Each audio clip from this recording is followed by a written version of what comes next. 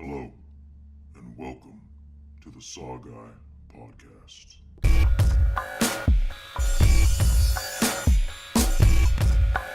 Like scary movies. What's your favorite scary movie? Here's Johnny. We'll tear your soul apart. The boogeyman is real, and you found him. Game over, man. Game over.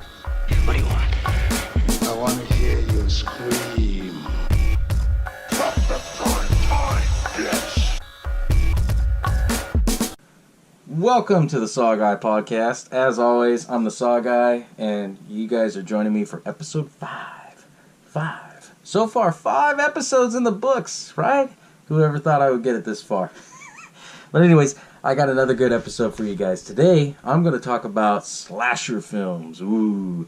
You know, I kind of threw out the hint a little bit for you in the clown episode. I kind of thrown it out there that most clown films are all slashers, you know, hint, hint. So, yeah, I wanted to bring this up because you can't talk any horror films without fucking slashers, and that's my favorite, so it's got to be in the top fucking 5 before we move on to episode 6, right?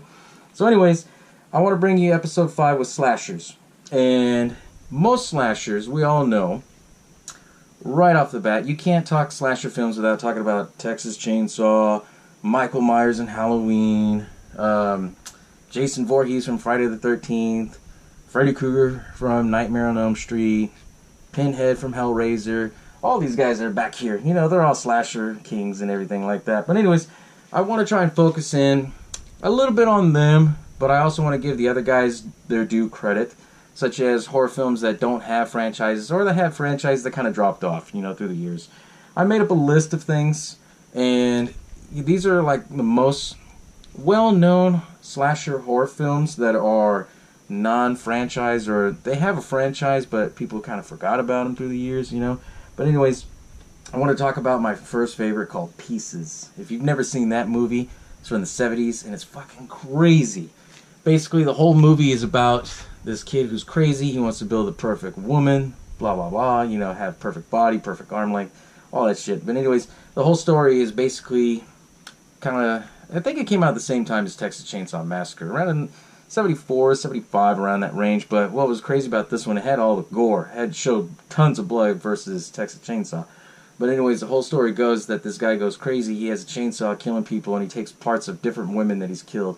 And then you find out in the finale, you know, he makes this perfect model of a woman that he wanted. But I thought it was pretty cool for a slasher film how it was. If you watch it now, obviously, it's cheesy as fuck, you know, but for what it was, it came out during the Grindhouse time films, you know? The Grindhouse films, they were out there, they were different, it was the 70s, no one gave a fuck, they're just gonna do what they want to do, and that actually was a really good film for a slasher film. If you've never seen it, check it out. But also, too, if you think about it, there's a bunch of other slasher horror films that don't get enough recognition. Some remakes that I wrote down on this list, but some of you are going to be like, what the fuck? But these are my opinion, okay? You know, I can tell you right now, my opinion is like not, well, I can't put my opinion up there on the top, but I'm just going to say these are my 2 cents, so don't quote me on it. If you think it's a bad list, let me know in the comments. Let me know if you think there's a better film, because I like to hear it, because it always intrigues me. It really does, you know? But some of the other films that I had on this list was High Tension. That was a foreign horror film. That was pretty fucking bloody and gory and crazy story in itself. I also put down the remake of House of Wax. Why did I put the remake of House of Wax? Because it had a different form of slash to it. You know, you see, well, because people were dipped in wax and shit like that and had different kills. And it was really cool and different for a slasher film, the remake, you know. I can't put the original because obviously it's black and white and all that, you know, so we'll skip through all that. Your Next was another good one. Oh my god, if you've never seen Your Next, go check out that one too. That one's another pretty good one. I like that one because, like I said, it was unique, different kills. Really good story. I wouldn't consider it more slasher, it's mumble gore. And I will give you an episode on that, kind of define a little bit of mumble gore, what the theme is and things like that. But for me, it's more mumble gore, but I want to say slasher because it doesn't have a horror franchise, which it should have because it was a damn good film for what it was. I also put on there The Hills Have Eyes remake, because the remake, of course, they made it bloodier, crazier than the original. They had to, you know. I Spit on Your Grave, the original one for sure, and the remake, because that one, it was, whoa, shit, that damn for sure, that's a slasher film. It's crazy. If you haven't seen I Spit on Your Grave, it's it's hard to watch at first, you know. But it's one of those really traumatic films where, you know, these guys, they gang rape a woman, and basically they think she's dead, but she comes back and she tortures them in the most horrendous ways. And it doesn't disappoint that list of being a slasher film. Obviously now that they remade it, they turned it into a franchise because they made a part 2, a part 3. There's possibility of remaking I Spit on Your Grave again, but with the original actor. So take it for a grain of salt, but I put that on my list as one of the top slashers that isn't horror franchised yet. Obviously, you have to include Halloween, Friday the 13th, Texas Chainsaw Massacre, Hellraiser, but there's other ones that I'm going to talk to you about too. Final Destination was another good one. Obviously, they had a franchise, but the first 1 and 2 were the best out of all of them. They got over the top kills later on, you know, with different kills, different unique ways. And then the fact that they did it in 3D with, you know, shit popping at you, you know, and they did the X-ray thing, which I thought was pretty unique and different. But I had to put that on my list. You also have The Maniac. I love the original. I hated the remake. The remake was good, but if they would have chose somebody else other than Elijah Wood, I think I would have liked it better. I'm not a fan of his work, so I'll put that out there. Black Christmas, I thought was another good one that isn't a franchise, the remake, just because that's really fucking creepy how they did that one. American Psycho, it's franchised out. I know they had the part 2. I think they even did a part 3, but I have to put that one in there as part of my list that's a slasher because, like I said, it was different, unique. It's based off a book, but it's, or what it was, Christian Bale did a damn good job on making that movie. So I had to put that one up there. Last House on the Left, you can't forget about that one. Bloody Valentine, the original, and the remake. The remake, I started watching it a lot more. And and what I think about the remake versus the original owns my heart because that was the first one, obviously. The remake, I like it because they had over-the-top kills and then the fact they tied in with 3D. And as I watched it more and more, I kind of liked it because it's really different for a slasher film. Because they had that whole aspect of 3D and coming at you. And you don't see too many of those films. You see maybe 3 or 4. There was that craze for a while that everyone had to be watching everything in 3D. But they basically shot it in 2D and you watched it in 3D. This film actually had shit coming to the cameras like that and everything, and that's what made it pop. And I learned to appreciate that film more as I watched it here and there. Obviously, I'm going to go back to the previous episode and tell you, I like Stitches. Stitches was another good slasher film. 31. If you've never seen the Rob Zombie version of 31, there's no other version of 31, but if you've ever seen Rob Zombie's vision of 31 and what it was, it's basically a horror version of The Running Man, which was actually pretty cool because The Running Man was not a slasher in its own right, but it's action. But this film 31, it's more on the horror side of things, and it shows, you know, the over-the-top kills and deaths and everything. But that was another good horror franchise, well, non-horror franchise that was a slasher film. And most of the things that I put on my list, that was basically, those are my top ones. And I will also tell you, most of the 70s films that were all Grindhouse, in that Grindhouse period, those were all really good because you had a lot of one-and-done things. Back in the 70s, they weren't thinking about doing like sequel after sequel after sequel like they do with films now these days. But, I mean, you have to put that one up there. Another hidden gem that I forgot to tell you guys was The Hitchhiker, or The Hitcher. That's the one with Jennifer Jason Leigh and that one actor from Hobo with a Shotgun. I can't remember his name, but he was also in Batman Begins. That was another good slasher film. If you've never seen that one, that one, I couldn't eat french fries for a while. There's a scene in the movie where the guy stops at a diner and the hitchhiker's fucking with him. And he's eating fries, and all of a sudden, out of one of the fries ends up being a freaking finger, and he puts it in his mouth, almost chews it. And I was like, oh, hell, can't do french fries for a bit. You know, that if any movie makes you stop and think about what you eat, and I mean that's got to be list worthy to me, you know. But out of all the slasher films, I like to know what's your guys' best slasher film that isn't a franchise or that is a franchise, because I'm curious to know. Because everyone tells me, and everyone's going to go and argue, when you have a slasher film, it's all about the kills, over the top gore, things like that. And obviously we know Jason Voorhees of the Friday the 13th series, he owns that list at about 147, close to 150. I might be wrong, but it's near the 150 range. The second one, I believe, is Michael Myers, I believe. He's up there. Somebody's number 2, but I know my favorite, Jigsaw, he's number 3 from the Saw series. I can't forget that shit. But those are your top 3 up there. But I like to know what you guys think about that, because everyone gives me a different opinion. And some tell me, oh, Jason's better, Michael's better. Leatherface was, you know, one of those guys who didn't give a fuck and just did whatever he wanted. And those ones are actually good choices. I'm not complaining on any of those. You know, I'll tell you the truth. I like them all. So, but I also want to know what's your guys' opinion on this. What makes a slasher film great, right? We've all seen slasher films that we go to the theaters, or you see it on Netflix, or you see it on video on demand. Like, oh, okay, you know, you obviously know it's a slasher film because they have the picture of the weapon or something, you know. And then you see the whole storyline, and suddenly some things get predictable. You know, obviously, like with slasher films, there's that cliche that the virgin never dies. You know, the nerdy person ends up dying last, or he's the first one going. But, I mean, there's different ones, like different rules now that they've been making different films, or newer films, I shall say, and kind of changing those. You know, like Final Girls. Final Girls is another good one. If you've never seen that one, check that one out. That's another good one. But it's just, for me, when I think of slasher films, I look at everything all around. I look at the story, I look at the effects, and I look at what they do with the character.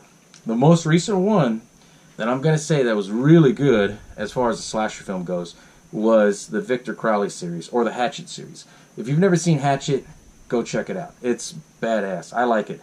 It's basically it's Jason Voorhees in the swamp. That's basically what the story is. And funny thing that I say it like that, because the actor who played Jason Voorhees, Kane Hodder, he also plays the main villain, Victor Crowley, in this. And what I like about the Hatchet series is that they did over-the-top kills, you know, splitting people's heads open and using a belt sander, and you had all these other different cameos of actors. You had Robert Englund, Tony Todd, all these guys in it.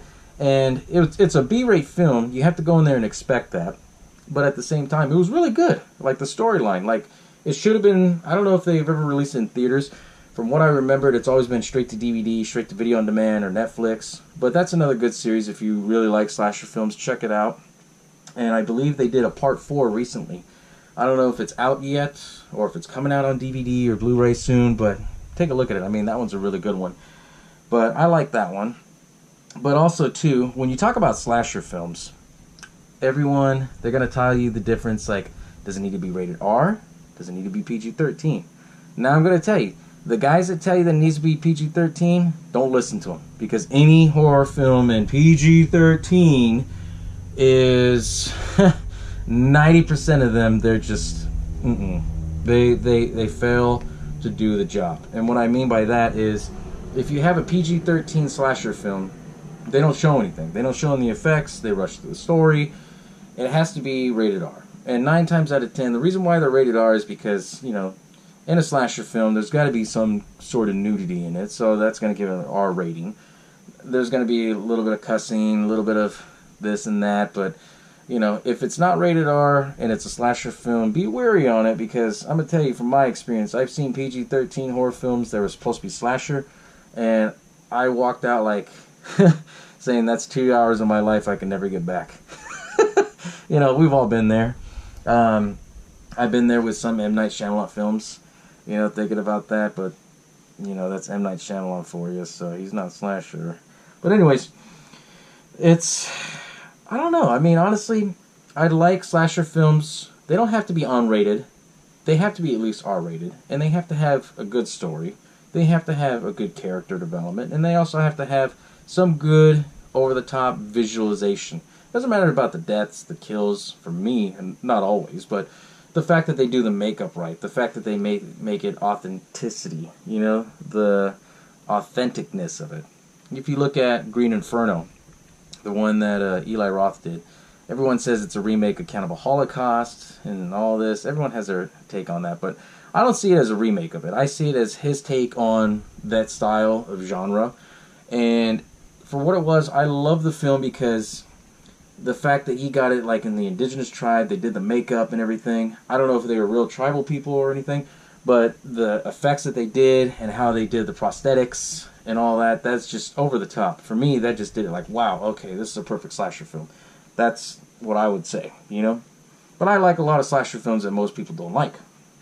But if you think about it, you know, most slasher films, they go in with the notion that they're one and done, right? And I'm going to go back and use the Friday the 13th method. You know, the first one, that was supposed to be a one and done series.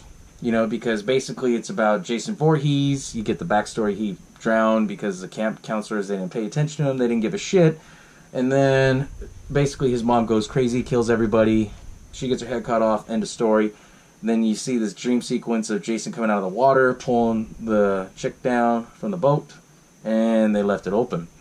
Which most films, they do that. They leave like that open-ended series. And you really don't know if they're going to do a sequel or not. But they went ahead with that sequel. And I'm glad that they did. Because now you have an icon in Jason Voorhees. You know? And I thought it was pretty cool how they did that. But there's some other films that were supposed to be one and done. Like if you look at House of a Thousand Corpses. The way that they ended it. You know, basically Captain Spaulding picked up the chick. She thought she was done. And all of a sudden you see Otis pop up in the back. The end. Right? Or you would think. Because it had a question mark, I believe, in that one. But it left open-ended. So most slasher films, they do that. Not all of them. And it just depends. If they are really good in theaters, then they go ahead and do sequels. I like sequels, but I don't like the fact that they repeat it, you know, the same storyline or whatever, you know, unless there has to be some meaning to it, you know. But personally, I like a lot of slasher films. I like, there's a lot. There's so many that I can name on the top of my head, you know. I'm trying to think of ones that don't have horror franchises, but that's hard because all the good slasher films, they all have a franchise. They all have different sequels, different things that they built up on it. But I'm trying to think of the most random one-and-done ones. And that was actually my list that I had given you. But I would say it had to be You're Next. That's one of the most underrated ones out of all of them that are one-and-done. I believe, I don't know if it did good in theaters. I'll have to research that. I should have researched that, but, you know, I was too excited to do this damn episode. But anyways, I thought it was really good for that film, You're Next. The fact that they had people in masks going around and doing the dirty deeds for somebody who wanted like a family fortune. It's a simple plot, but at the same time, it worked really well for that style for what it was doing. But also too, when you look at other random films like Stitches, or if you think about other horror franchises like Jason Voorhees or Texas Chainsaw, like if you think of a slasher film, why do these characters go crazy and do what they do? And it's everybody has a different take on it. One of the better slasher films I like, personally, that they don't explain too well, and I'm kind of glad that they didn't explain so much into it, it was the Hellraiser franchise. I love the first one, as, you know, Pinhead. The lead Cenobite is actually his original name. They were like demons from another world that give you the pleasure of pain and all that. And they did 1, 2, and 3. And 2 kind of explained a little bit behind it, not a whole lot. But the first 3 were really good. The sequels, you know, you could tell that they watered it down and everything like that, and they got away from more of the slasher, more of the thrill. But that was one of the more underrated, is the first one. It really was, because it has so much potential, and it still does, you know.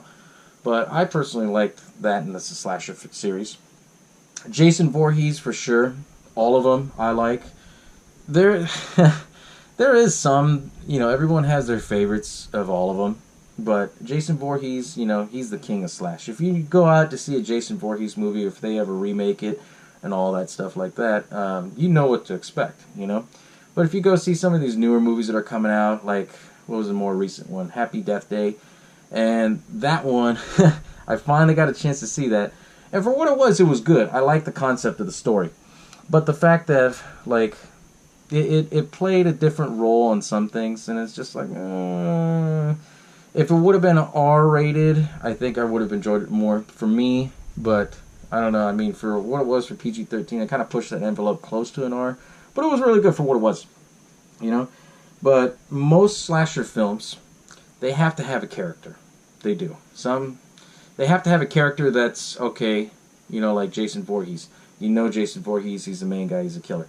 But there has been some good slasher films. Some good, some bad. But there has been some slasher films where it's like, okay, this person, you don't know who's the one killing people, blah, blah, blah, blah, blah. And then you find out that it's this person at the end and everything. Those ones are pretty good, too. Personally, for me, I like straight to the point. I think the only one that really caught me off guard that was a good slasher film like that was the first Saw. That one, where it kept you guessing and everything, and then at the end, oh shit, you know? That was really good for what it was. It really was. You know? But there's been a little bit of change here and there, you know, with some slasher films. I was watching the other day on El Rey Network. They were doing what was it? Maniac Saturdays, or something like that. It was a movie marathon. And another one that was kind of underrated was Daybreakers, the one with Ethan Hawke.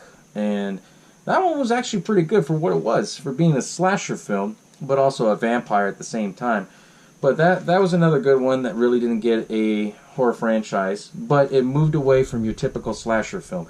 It wasn't like, okay, well, he's the main killer, he's going to kill everybody and everything like that. No. It was different. It had depth into it. It had story. You know, you can even go as far as saying The Purge, the first one, before they kind of changed it up with Part 2, Part 3, and then now with Part 4. That was another good franchise. Well, not a good franchise, but it was... I'm not knocking on the franchise, guys.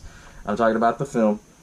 I love the first one because it was different. And if you think about it with slasher films, there's this new trend where it's going from, like, your main character guys, like Jason, Leatherface, and all of them, and they're making it into, like, different one-and-done films. And that's actually pretty cool. You know, they did that... I think the first film that I remember seeing that was like that was the Scream series. Because they continued the Scream series. Even though they killed the main character, they carried it on in Part 2 where it ended up being his mom and somebody else who was helping his mom. And then Part 3 ended up being like her long-lost brother that she never knew about. So, I like slasher films like that. But, you know, when they have to go and say that there's a brother that you didn't know about and they kind of water it down, it's... You know, that's the only thing, you know? But... if you think about it, slasher films, do you think they'll continue that trend? Or do you think they're going to keep evolving differently? I want to know your guys' opinions on that. Because for me, I think they're evolving, they're changing. They're not all franchises anymore. You see a lot of one-and-done films. You know, with a lot of slasher films, they're all one-and-done. Which is actually okay with me. You know, I like sequels, but I don't like when they keep drawing them out unless there's no purpose with it. It has to be one big continuous story for me to really enjoy it.